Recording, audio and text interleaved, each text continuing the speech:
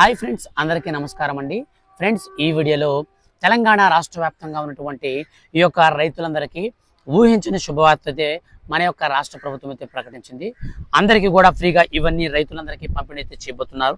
వీడియోలోకి వెళ్ళి పూర్తి వివరాలు అయితే తెలుసుకుందాం. ఫ్రెండ్స్, గవర్నమెంట్ నుంచి రైతులకి సంబంధించిన ఏ చిన్న అప్డేట్ వచ్చినా మిస్ అవ్వకుండా ఎప్పటికప్పుడు తెలుసుకోవాలంటే మన ఛానల్ని మీరు సబ్స్క్రైబ్ చేసుకొని రెగ్యులర్గా ఫాలో అవుతూ ఉండండి. గవర్నమెంట్ నుంచి రైతులకు సంబంధించిన ఏ చిన్న అప్డేట్ వచ్చినా నేను మీకు ఖచ్చితంగా వీడియో చేసి తెలియజేస్తాను. ఇక ఏమాత్రం ఆలస్యం చేయకుండా టాపిక్ని స్టార్ట్ చేద్దాం. ఫ్రెండ్స్, తెలంగాణ రాష్ట్ర వ్యాప్తంగా ఉన్నటువంటి రైతులందరికీ ఇప్పుడిప్పుడే సీఎం రేవంత్ రెడ్డి నుంచి ఊహించని శుభవార్త వచ్చిందండి. సో ఈ యొక్క శుభవార్తకు సంబంధించి మనకు ఒక నోటిఫికేషన్ కూడా రావడం జరిగింది. ఆ యొక్క నోటిఫికేషన్ కనుక మనం క్లారిటీగా స్క్రీన్ పైన కనుక చూస్తే, రైతులకు అన్ని రకాల విత్తనాల సబ్సిడీని పునరుద్ధరించాలని ప్రభుత్వం నిర్ణయించింది. జీలుగా, జనపనార, పిల్లి పెసర మినహా మిగతా విత్తనాలపై సబ్సిడీని గత సర్కారు ఎత్తివేసిన విషయం తెలిసిందే.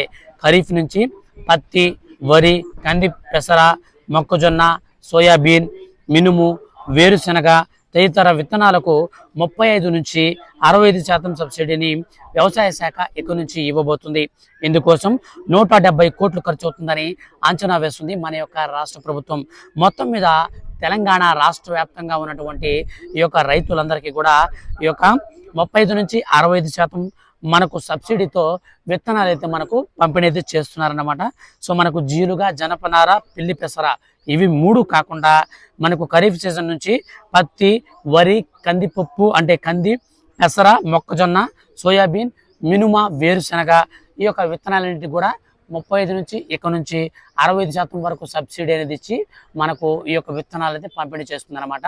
సో ఇది నిజంగా ఎంతైనా మంచి వార్త అనమాట. ఎందుకంటే రైతులకు సబ్సిడీ ఇస్తే వాళ్ళు ఎంతైనా సరే కొంచెం అప్పుల పాలు కాకుండా జాగ్రత్తగా మనకు మన యొక్క దేశానికి రైతే వెన్నెముక కాబట్టి వాళ్ళకు కొంచెం మేలు చేసినట్లు అవుతుంది. కాబట్టి ఇది నిజంగా చాలా అంటే చాలా మంచి స్కీమ్ అయితే నేను అనుకున్నాను.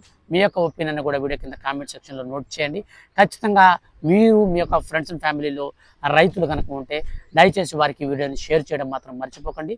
Thank you for watching.